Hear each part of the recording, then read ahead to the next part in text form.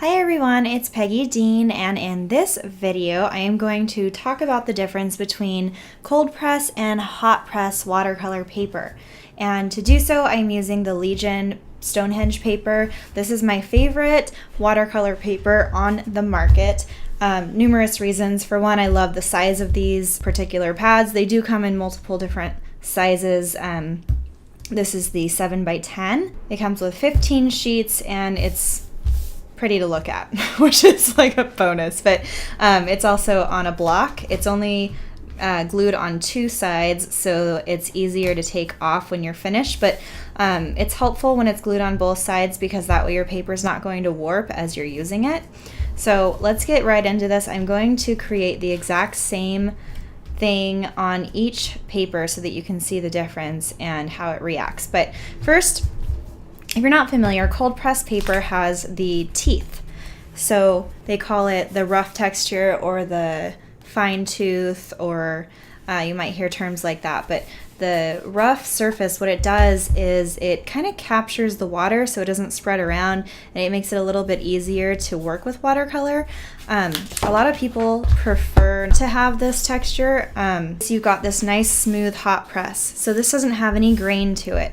It is heavy enough, so the 140-pound paper is what you want to go for when it comes to watercolor paper.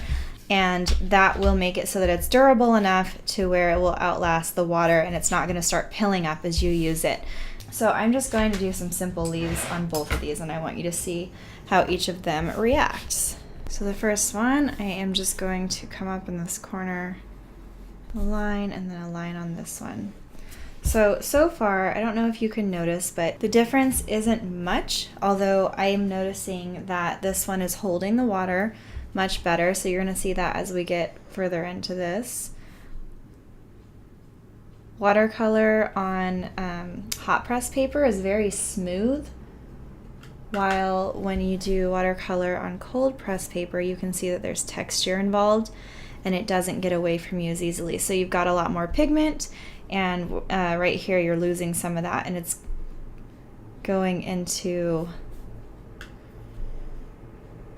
more of a flow, whereas this is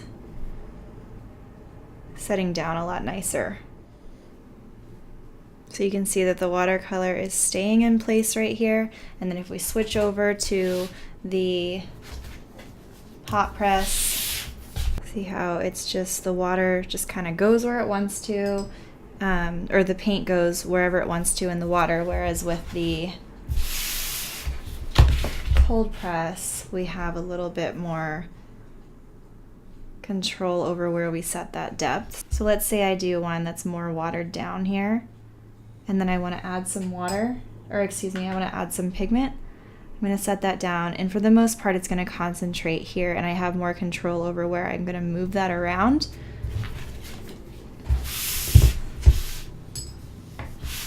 Where I'm going to do the same thing, more watered down.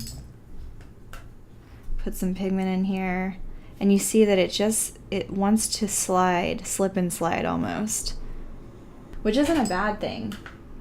It's just something to keep in mind because everyone has their own style and their own aesthetic that they're going for. So if you like that, then cold or hot press might be a good option.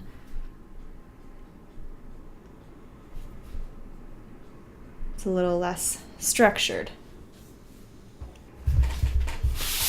So let's do just some basic wet on wet, and I'll show you the effect it'll have on that. So let's say I want to take some yellow and lay this down, and then I'll do the same thing over here.